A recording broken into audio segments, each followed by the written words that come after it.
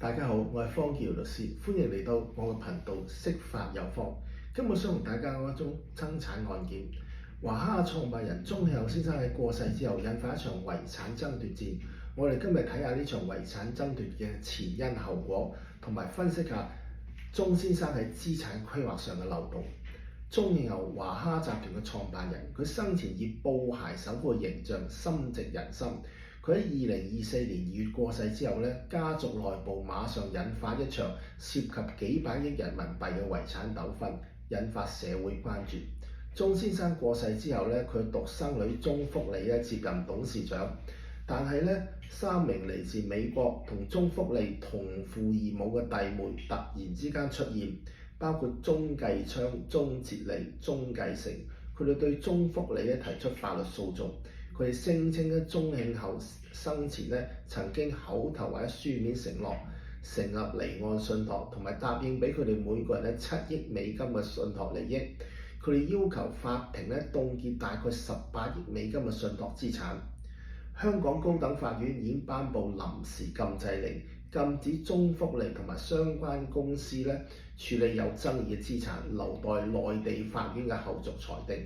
同時咧，杭州地區嘅政府部門咧，亦都介入咗調查，因為事件咧涉及國資同企業治理嘅風險。另外咧，外界亦都關注呢個信託嘅合法性。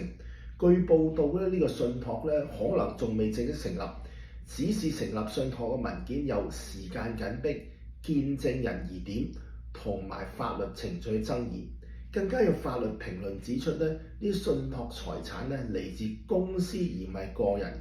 如果係咁嘅話咧，就極容易受到法律挑戰而被視為無效。呢場家族大戰唔單止撕裂咗鐘慶後節儉樸實嘅形象，亦都引發咗市場對華哈品牌同埋家族治理制度嘅信任危機。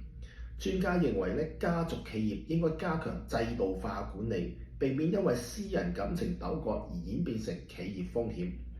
呢場爭產案都暴露咗幾個關鍵嘅資產規劃漏洞。第一，信託仲未正式成立，生前口頭指示或者未經法律程序嘅安排咧，喺法律上係無效嘅。第二，財產來源不明。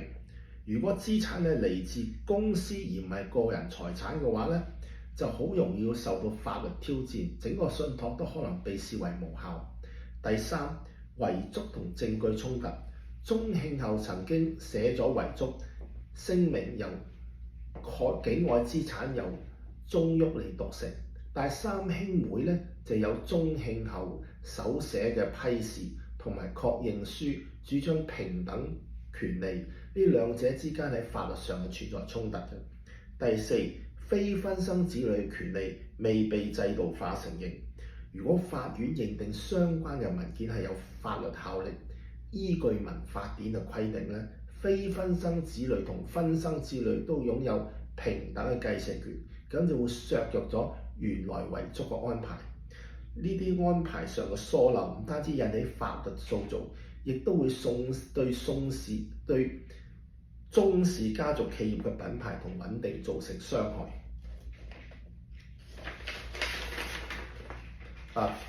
呢場遺產風暴話俾我聽咧，任何有效嘅資產規劃係對任何家庭同埋企業嘅基石，特別對於家族企業嚟講咧，更加係關鍵。以下3個實用建議：第一，法律形式要完備，口頭承諾不可依賴，必須有合法清晰嘅信託文件、正式遺囑、見證簽注等完備程序咧，避免後續爭議。第二，明確財產來源同分配架構。如果涉及公司或者個人資產，應該分別規劃同埋運用不同嘅工具管理，避免日後嘅權利爭議。第三，照顧不同繼承人嘅權益。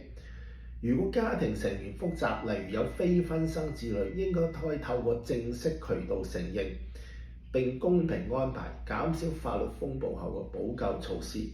最後咧，鐘慶後先生留低嘅唔單止係華哈品牌，更係一場家庭同制度交織嘅考驗。